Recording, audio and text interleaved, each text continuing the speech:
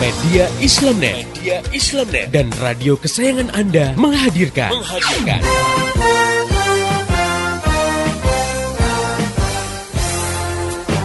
Voice of Islam. Di satu sisi diyakini bahwa perbuatan judi dan semua bentuk kemaksiatan itu diharamkan oleh Islam. Itu juga banyak yang sudah tahu. Namun di sisi lain, umat Islam sendiri tidak memiliki kemampuan untuk melarang kegiatan seperti itu. Karena sebenarnya kalau orang paham Islam, maka tidak akan dia punya pendapat wanita harus bekerja. Karena Islam tak pernah mewajibkan wanita untuk bekerja. Yang wajib bekerja itu laki-laki karena mereka wajib menanggung nafkah keluarganya. Jadi sebenarnya hukumnya wanita bekerja itu mubah, boleh ya, jadi tidak dosa. Pemanfaatan tenaga nuklir apabila dipergunakan untuk kemaslahatan umat seperti penggunaan sektor non-energi dan energi tersebut, maka hukum Islam memperbolehkan, bahkan menganjurkan. Namun apabila digunakan untuk tenaga nuklir yang sifatnya menghancurkan kehidupan dan menimbulkan kerusakan di muka bumi, misalnya seperti senjata nuklir, maka hal ini tersebut haram hukumnya. Allah SWT mencela tindakan merusak dan orang-orang yang membuat kerusakan di muka bumi.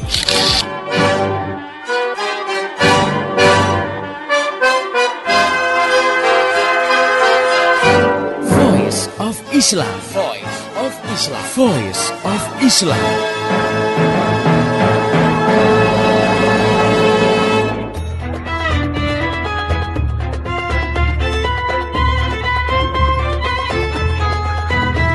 Halo Indonesia, Assalamualaikum warahmatullahi wabarakatuh.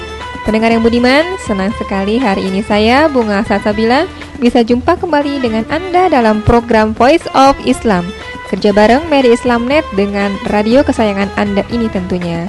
Dan jangan kemana-mana karena selama 30 menit ke depan, Voice of Islam akan menemani Anda dalam rubrik Female Chatting. Rubrik yang akan membahas permasalahan-permasalahan seputar kehidupan wanita, baik tentang pemikiran dan hukum-hukum Islam yang berkaitan dengan wanita tentunya. Baik, di studio telah hadir Ustazah Insinyur Nani Wijayati yang akan mengasuh rubrik Female Chatting ini. Beliau adalah wakil pemimpin redaksi majalah Female Readers. Baik, kita sapa dulu beliau. Assalamualaikum, Mbak. Waalaikumsalam warahmatullahi wabarakatuh. Bagaimana nih kabarnya hari ini? Alhamdulillah baik. Alhamdulillahirrahmanirrahim. Pendengar yang budiman, kecantikan bagi sebagian besar wanita di zaman sekarang ini seolah telah menjadi suatu kebutuhan yang sangat mendasar. Berbagai perkembangan teknologi, perawatan kecantikan, dan tren mode fashion telah menghipnotis para wanita untuk berupaya tampil secantik mungkin bak para artis ataupun para model. Nah, sejatinya tak semua tawaran kecantikan tersebut layak untuk disambut oleh para muslimah dengan sukarela. Pasalnya, seorang muslim tetap harus menjaga tuntunan syariat Islam. Muslimah harus pandai memilah mana tren yang boleh diikuti dan mana yang tidak. Nah, pada perbincangan rubrik Female Chatting kali ini, kita akan berdiskusi dengan topik tampil cantik dan syar'i. Tentunya ini adalah topik yang sangat menarik, terutama bagi para profesional muslimah yang selalu dituntut untuk selalu tampil cantik. Tapi jangan lupa, jangan cuma cantiknya aja yang dijaga, tapi juga syar'inya. Oke, pendengar yang budiman, kita akan bahas tentang tampil cantik dan syar'i bersama Mbak Nani Wijayati setelah satu lagu berikut ini. Tetap setia di Voice of Islam.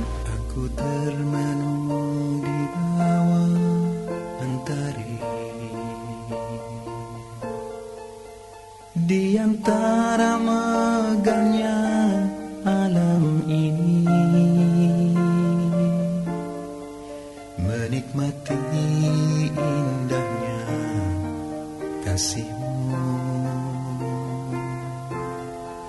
ku rasakan damainya hatiku. Sabdamu bagai air yang mengalir, basahi panas terik di hatiku,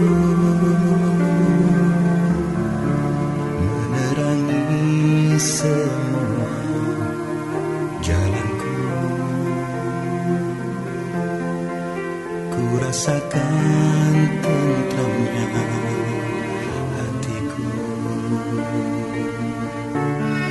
Jangan biarkan damai ini pergi.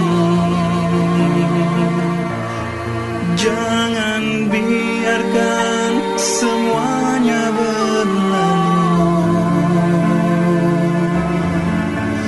Hanya padamu Tuhan tempatku berteduh dari semua kepalsuan dunia.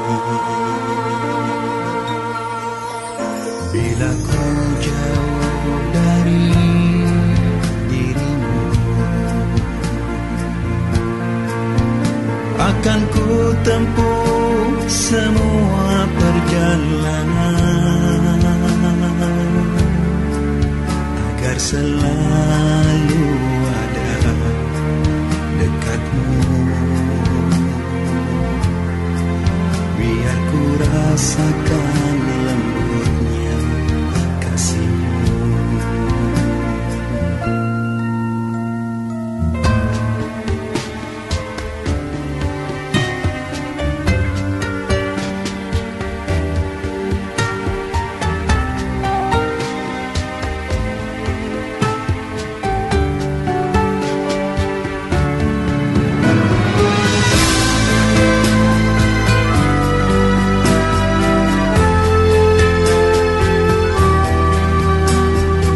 Masih di Voice of Islam, kerja bareng Media Islamnet dengan radio kesayangan Anda ini. Pendengar yang budiman, saat ini kita berada dalam rubrik Female Chatting bersama saya, Bunga Salsabila, dan Mbak Nanik Wijayati, wakil pemimpin redaksi majalah Female Readers. Oke, kita langsung saja bertanya-tanya kepada Mbak Nanik Wijayati. Mbak, ngomong-ngomong soal kecantikan, apa sih sebenarnya definisi atau arti kecantikan yang banyak dipahami oleh masyarakat sekarang ini? Masyarakat pada umumnya melihat kecantikan itu kan sisi fisiknya ya, yang pertama. Jadi wanita yang cantik itu wanita yang seperti apa sih? Biasanya kalau dalam iklan atau promosi kecantikan kan selalu dilihat kedepankan fisik wanita ini dari sisi, misalnya wanita yang cantik itu adalah wanita yang putih, mulus kulitnya, kemudian langsing bodinya gitu ya, terus licin sampai mungkin lalat aja bisa kepleset gitu jatuh di pipinya itu. Terus setelah itu juga wanita yang terlihat seksi gitu ya. Jadi bagian keindahan tubuh wanita itu benar-benar membuat si wanita itu terlihat kecantikannya. Tapi mungkin ada juga sebagian yang berpendapat bahwa kecantikan tidak hanya dari sisi fisik gitu ya. Ada yang sering disebut inner beauty misalnya, kecantikan yang sebenarnya tumbuh dari dalam diri wanita itu, yang tidak dipengaruhi oleh penampilan fisiknya. Sebenarnya utamanya adalah lebih kepada sikap, perilaku, atau mungkin kalau dalam konteks Islam itu akhlaknya gitu ya. Jadi dari sifat-sifat baik yang ada di dalam hati manusia itu kemudian terpancar di dalam wajahnya, membuat wanita itu jadi cantik perilakunya gitu ya. Jadi mungkin ya masyarakat umumnya memahami seperti itu. Kalau dia pengen cantik fisik ya, yang tadinya kulitnya sawo matang, gimana caranya pakai pemutih supaya jadi lebih putih gitu kan. Yang tadinya sudah mulai melebar gitu pinggangnya, gimana caranya dia diet supaya lebih langsing dan sebagainya. Atau yang tadinya mungkin bajunya tidak ada tren nggak ngikutin tren mode, jadi ada sentuhan desainer di situ. Nah itu semua menunjukkan bahwa masyarakat memahami yang namanya kecantikan itu ya seperti itu, tampilan fisik. Inner beauty itu hanya istilahnya bumbunya aja gitu, nomor 2 lah ya, gitu. Sedikit ya, hanya beberapa persen mungkin ya. Kalau dalam pandangan Islam itu sendiri sama dengan tadi yang dipahami oleh masyarakat definisi cantik itu? Ya sebenarnya kalau secara manusia kan ngelihat memang yang dikatakan fisik cantik itu ya kayak tadi itu. Yang penting adalah bagaimana Islam memandang kecantikan fisik itu. Kalau Islam memandang bahwa cantik fisik itu kan tidak dimintai pertanggungjawaban. Jadi nanti tidak akan ditanya di akhirat, kenapa kok warna kulitmu yang coklat tidak dibikin putih pakai pemutih gitu kan, supaya lebih kelihatan lebih baik gitu. Tidak. Jadi Artinya dalam soal tampilan fisik ini kita nggak perlu dibikin pusing. Kalau kita lahir cantik ya kita bersyukur. Kalau kita lahirnya tidak secantik orang lain, maka bersabarlah gitu, bersabarlah. Karena apa, kalau nggak sabar nih nanti pengen cantiknya kayak orang lain gitu, akhirnya dia justru melakukan sesuatu yang malah bisa jadi itu membahayakan dirinya. Itu apakah dia berusaha mengoperasi kulitnya, wajahnya, segala macam ya, bahkan mungkin pakai bahan-bahan yang haram gitu untuk dipakai untuk membuat tampilan fisiknya menjadi cantik. Akhirnya yang tadinya dia sebenarnya nggak ditanyain nanti itu, nggak usah dipusingin, dia malah bikin dosa gara-gara dia tidak bersabar dengan karunia Allah kepada dirinya. Jadi yang dalam Islam lebih ditekankan adalah kecantikan akhlak ya, kecantikan akhlak. Nah itu akan bisa terbentuk menjadi akhlak yang Islami. Seseorang tentu membutuhkan pemahaman dan pemikiran Islam. Lalu dia mencoba membina dirinya untuk selalu melakukan tindakan, sikap, perilaku, tutur kata yang sesuai dengan tuntunan Islam. Itulah yang dikatakan akhlak yang Islami, atau orang yang kemudian memiliki kepribadian yang Islami. Disinilah sebenarnya Islam menekankan. Jadi para wanita nggak usah nggak usah mengejar kecantikan fisik berlebihan lah. Yang harus dikejar sesungguhnya adalah kecantikan akhlak, kecantikan kepribadian. Kalau wanita kan Mbak seneng banget Mbak ya kalau misalkan disebut cantik gitu Mbak ya. Tapi tidak bisa dipungkiri bahwa terkadang kecantikan itu sendiri bisa membawa masalah Mbak. Sebenarnya bagaimana Islam memandang soal kecantikan wanita ini Mbak? Dalam hadis itu kan dikatakan memang tentang sebenarnya ini berkaitan dengan anjuran Rasulullah untuk memilih wanita yang akan dinikahi ya, akan dipinang. Rasulullah katakan innal mar'ata tunkihu ala diniha wa maliha wa jamaliha fa'alaika bidzatid din taribat siyadak.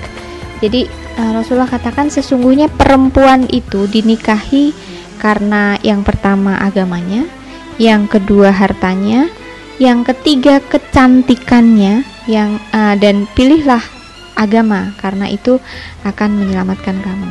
Nah, kecantikan kan disebut gitu, bahwa salah satu daya tarik wanita itu memang kecantikan. Itu sudah tabiat ya, tabiat manusia. Nggak ada laki-laki yang nggak suka sama wanita cantik, itu nggak ada juga gitu. Jadi wanita pun dia akan senang kalau dia dibilang cantik, kalau dia disanjung kecantikannya. Jadi itu sesuatu yang fitrah. Islam memandang bahwa orang senang dengan cantik itu fitrah, orang laki-laki suka dengan wanita cantik itu fitrah. Tinggal bagaimana fitrah ini dijaga supaya tidak membawa masalah bagi orang lain. Banyak peperangan antar kerajaan dulu terjadi karena berebut. Betul, salah satu putri yang cantik juga gitu. Nah ini yang harus dijaga, bagaimana menjaga fitrah kecantikan wanita ini supaya tidak menimbulkan masalah di tengah masyarakat. Itu yang seharusnya kita utamakan. Kalau dengan berkembangnya berbagai teknologi perawatan kecantikan Mbak ya sekarang ini ya, yang banyak ditawarkan ya, itu seolah menghipnotis para wanita menjadikan perawatan kecantikan tersebut sebagai kebutuhan yang mendasar. Nah, bagaimana menurut pandangan Mbak melihat fenomena tersebut? Ya, ada dua faktor yang perlu kita lihat dalam kasus ini. Yang pertama adalah pemahaman masyarakat sendiri. Tadi saya katakan persepsi masyarakat terhadap kecantikan itu sudah didasari oleh persepsinya orang barat memandang kecantikan ya, dilihat dari sisi fisiknya. Sementara Islam sendiri tidak memandang hal itu sebagai hal yang harus diprioritaskan gitu. Yang kedua adalah pengaruh industri kosmetik, industri fashion yang sekarang ini dikuasai oleh orang-orang kapitalis itu luar biasa, membius wanita, membuat wanita yang tadinya mungkin dia nggak terlalu peduli gitu ya, nggak terlalu peduli misalnya bulu matanya nggak panjang, nggak lentik gitu, karena promosi yang berlebihan dia pengen katanya bulu mata yang cantik itu yang lentik panjang gitu, akhirnya dia sambung gitu. Dia nggak sadar bahwa bulu mata yang disambungkan ke bulu mata aslinya itu dibuatnya dari bulu babi, dia nggak peduli misalnya gitu ya. Nah ini fenomena yang terjadi di masyarakat. Jadi orang benar dikatakan terhipnotis untuk itu karena pengaruh tadi. Masyarakat sudah dicekokin dengan persepsi yang salah terhadap kecantikan, akhirnya membuat dia berperilaku seolah-olah kecantikan itu sesuatu yang memang harus dikejar oleh wanita. Karena apa? Nanti memang hubungannya orang yang cantik di dalam zaman yang sekarang ini, kondisi zaman kapitalis seperti ini, cantik itu jadi modal yang besar gitu. Lebih disenangi laki-laki. Kalau dia penampilannya cantik, peluang untuk diterima kerja dibandingkan orang yang nggak cantik lebih besar. Ada bagian gitu. Iya loh, itu di perusahaan-perusahaan saat ini ada kan prioritas berpenampilan menarik. Maksudnya apa? Cantik, gitu kan? Cantik. Nggak cuman yang jadi pramugari, jadi model, jadi apa namanya artis aja yang perlu cantik. Sekarang jadi sales promotion girl yang cuma nawarin barang-barang. Apakah itu jus, itu juga harus cantik gitu kelihatan. Ini kan pengaruh dari industri kapitalis yang membuat wanita itu kemudian tidak justru mengedepankan kecantikan yang tadi dipandang Islam adalah kecantikan kepribadian ya, Islaminya, akhlaknya justru itu ditinggalkan untuk meraih kecantikan yang dalam persepsi Barat itu adalah kecantikan fisik yang justru mengekspos bagian-bagian seksi, bagian-bagian yang dilarang oleh Islam itu diekspos gitu. Ya. Mbak, pengaruh tren mode, fashion maupun kosmetika sedikit banyak mempengaruhi penampilan para wanita nih Mbak ya, termasuk para muslimah.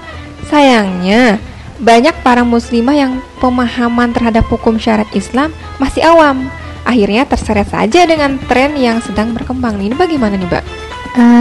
Dek Salsabila dan pendengar yang budiman, tentu saat ini kita melihat betapa tren itu sangat mempengaruhi gaya hidup ya, lifestyle-nya wanita saat ini. Kalau kita lihat majalah wanita saat ini yang ada itu dalam survei saya minimal tuh 40-70% itu isinya adalah fashion, kosmetik, food ya, aneka macam makanan sama lifestyle itu isinya gitu. Wanita dipengaruhi untuk membuat supaya gaya hidupnya mengikuti gaya hidup Barat gitu, seperti itu.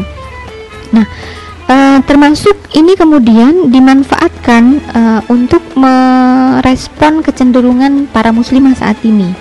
Kalau 10-15 tahun yang lalu orang yang berkerudung, muslimah yang berkerudung itu sudah bisa dipastikan dia berkerudung pasti karena pemahamannya, karena dia tahu gitu bahwa itu wajib, terus bagaimana aturan kerudung, apakah harus ditutupkan ke dada atau tidak. Dia dari kajian, dari pemahaman kemudian membuat dia menutup kerudung.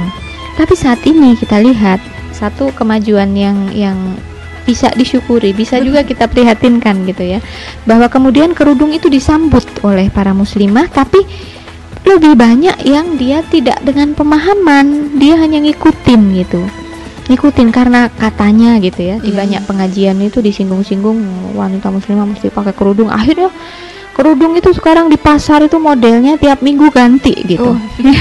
Ada yang pakai pita di kiri, ada yang pakai pita di atas, di belakang gitu kan. Betul, ada yang dimiringkan dan sebagainya. Pokoknya kemudian ini dimanfaatkan oleh industri untuk membuat peluang pasar itu semakin besar gitu. Nah, dengan ya kalau kita lihat bahwa yang menguasai industri fashion tentulah tidak kita jamin dia paham tentang Islam, sehingga dia membuat model kerudung pun sesuka hati dia, yang penting nutupin kepala perempuan kan gitu. Akhirnya justru faktor keindahannya yang ditonjolkan, faktor artistiknya yang ditonjolkan tanpa memperhatikan syarat-syaratnya. Itu yang terjadi. Makanya ya kita menyayangkan kalau wanita muslimah juga hanya melihat tren busananya saja tanpa memperhatikan pakem atau rambu-rambu muslimah mengenakan pakaiannya. Sekarang kan kita lihat banyak model tuh. Oke, kalau dulu sulit banget perempuan muslimah disuruh pakai kerudung, katanya yang gerah lah, yang ketombean lah, yang macam-macam gitu alasannya kan. Sekarang begitu sudah jadi tren, jadi model, kerudung tuh gampang dicari di pasar, bahkan kayaknya kalau orang berkerudung kelihatannya lain gitu ya. Jadi orang senang berkerudung. Tapi begitu dia tutup kepalanya, kemudian yang ke bawahnya tampilan seksinya tetap berubah gitu. Bahkan ada yang mengatakan, waktu itu saya pernah dalam satu acara itu, salah satu ustadz dia mengkritik, katanya kepala ditutup tapi pusar kelihatan gitu. Nah ini kan satu fenomena yang wah ini gimana sih, kok gak bener gitu kan. Terus atau yang kedua misalnya kepala ditutup iya, tetapi leher, telinga kelihatan gitu topi, kan. Kemudian sebagian dada juga masih terbuka gitu kan. Nah ini maksudnya apa gitu? Maksudnya apa? Kalau berbusana muslimah ya yang usahakan yang sempurna lah gitu ya. Ya tidak menutup kemungkinan mereka mungkin belajar gitu. Tapi kalau belajar berarti kan harus ada peningkatan. Bulan ini mungkin kerudungnya baru pakai topi lah gitu ya, kelihatan leher. Mungkin udah biasa kayaknya percaya diri nih gitu ya. Bulan depan meningkat lagi, harusnya leher sudah ditutup. Nah bulan depannya lagi meningkat lagi, turunin kerudungnya, kan begitu ya kalau itu proses belajar. Nah tapi pada sebagian orang itu tidak terjadi, karena mungkin tidak diiringi dengan pemahaman kajian yang benar. Akhirnya dia merasa nyaman aja. Berkerudung itu seperti lagi pakai model yang lagi ngetren aja gitu. Kayak orang pakai topi istilahnya gitu ya. Topi kan macam-macam juga tuh, topi model Eropa, topi model Amerika misalnya gitu. Lagi ngetren ya udah pakai itu. Sekarang yang ngetren itu topinya topi model kerudung muslimah gitu. Nah itu yang kemudian jadi salah kaprah menurut saya. Tetap harus kita luruskan kembali bahwa tren mode yang itu datang dari dunia fashion gitu ya, dunia kosmetik, harus kita seleksi apakah sesuai dengan tuntunan Islam atau tidak. Kalau tidak, maka jangan diambil gitu, jangan dipilih. Sama saja kita dengan apa bedanya dengan yang dia pakai baju yang sama juga seksinya gitu, cuman bedanya sebagian rambutnya ditutup gitu. Nah, kalau tampil cantik kan memang itu kita harus bayar. Nah, tapi kalau misalkan tampil cantik dan syar'i ini gimana nih Mbak supaya bisa begitu? Ya, kalau konteks apakah harus cantik itu menurut saya harus dilihat dari 3 segi ya. Jadi wanita itu cantik itu fitrah. Tapi konteksnya di depan siapa dia harus tampil cantik. Nah, itu ada 3 konteks yang berbeda dengan hukum yang berbeda juga gitu. Kalau wanita itu tampil cantik di hadapan mahramnya dan para wanita yang lain, maka boleh-boleh aja dia mau sampai berdandan yang kayak apa gitu ya, luar biasanya gitu. Dia berdandan seperti pengantin misalnya, seperti bidadari di hadapan wanita lain atau mahramnya, nggak masalah gitu, boleh-boleh aja. Tapi kalau konteksnya berubah, dia tampil cantik di hadapan laki-laki asing, laki-laki yang bukan mahram atau laki-laki azam gitu dibilangnya ya, maka hukumnya jadi berubah haram. Tidak boleh dia memperlihatkan sengaja gitu, memperlihatkan kecantikannya, mengekspos gitu kecantikannya, keseksiannya itu di hadapan laki-laki yang ajam, dosa dia, haram. Jadi dilihat dulu konteksnya. Lain lagi konteksnya di hadapan suami, ini lain lagi gitu ya. Karena kalau tadi di hadapan mahram dengan wanita itu boleh, mubah-mubah saja. Nanti kalau konteksnya di hadapan suami tergantung suaminya. Kalau itu permintaan suami menjadi wajib dia tampil cantik. Tadi poinnya adalah wanita harus terikat dengan hukum syara, dengan syariat Islam gitu. Jadi tampil cantik boleh tapi harus tetap syar'i. Ya, saya bilang misalnya boleh dia pakai kerudung yang warnanya pink, yang warnanya ungu, itu mungkin kelihatan lebih bersinar misalnya ya, raut mukanya misalnya, boleh aja. Tapi ya itu tadi, kerudungnya harus bagaimana? Kata Allah di dalam ayatnya bilang, julurkan kerudungmu, khimar itu sampai menutupi dada gitu kan. Berarti ya itu tolong sempurnakan kerudungnya begitu. Cantik boleh, jangan karena mentang-mentang pengen cantik udah dipilihnya warnanya pink atau orange yang menyala gitu ya. Terus udah gitu cuman dibalutin ke kepala, leher terbuka dan lain-lain. Wah, ini sudah nggak syar'i ini gitu. Sama juga dengan busana. Misalnya baju ya, baju. Oke lah, sekarang lagi ngetren model baby doll katanya gitu, yang model itu ya zaman tahun 60-an kali itu keluar lagi sekarang misalnya. Nah, tapi kalau itu dipakai kemudian justru menunjukkan bagian sisi-sisi yang harus ditutup, yang harusnya dilonggarkan gitu.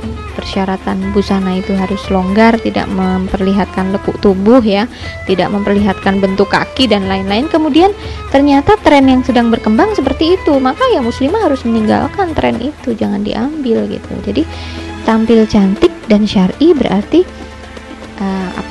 tampilan itu tetap berpijak pada hukum-hukum yang sudah ditentukan. Jadi tidak semua Mbak ya tren busana muslimah yang ada sesuai dengan syariat. Terus gimana Mbak dengan para muslimah supaya tidak cuma ikut-ikutan saja dengan mode yang sedang ngetren? Ya kuncinya cuma belajar ya. Dia harus belajar mengkaji Islam kembali. Saya salut mungkin kalau ada muslimah yang dia mau memulai untuk belajar pakai kerudung misalnya, tapi jangan kemudian setelah dia belajar kemudian dia berpaling kepada tren. Berpalinglah kepada Al-Quran, berpalinglah kepada Al-Hadis gitu maksudnya. Tengoklah apa yang dibahas di dalam Al-Quran dan Al-Hadis yang menuntun bagaimana dia berbusana yang seharusnya menurut Islam gitu. Jadi itu yang pertama, pelajari fikih wanita yang mengatur tentang busana, tentang penampilan, tentang merias wajah gitu ya. Itu nanti apalagi kaitannya dengan perawatan kecantikan. Kalau dibahas banyak sekali nanti ya. Jadi apa yang harus diperhatikan, jangan sampai kita tertipu pakai barang yang haram dan lain-lain. Ya usahakan kuncinya belajar terus sampai apa yang kita pahami itu kita terapkan dalam kehidupan sehari-hari.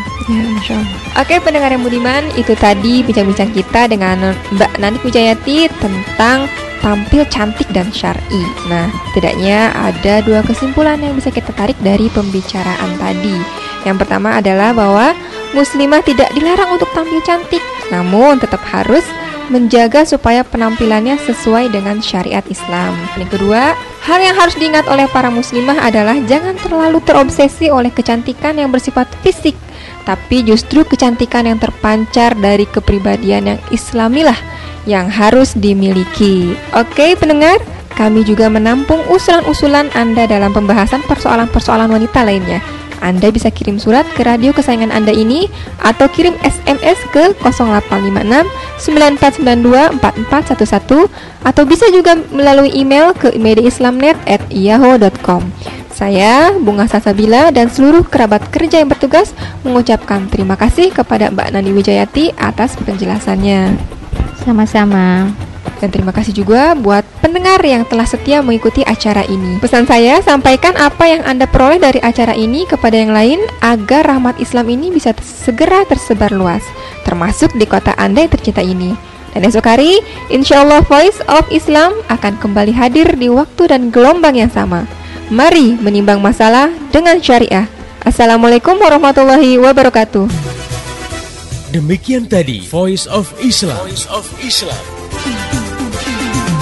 Semoga hikmah yang terkandung bermanfaat untuk kita semua. Amin, amin, amin. Ya Robbal Alamin. Kembali bisa Anda dengarkan Voice of Islam. Menghadirkan topik-topik seputar kehidupan kita esok hari di waktu dan gelombang yang sama.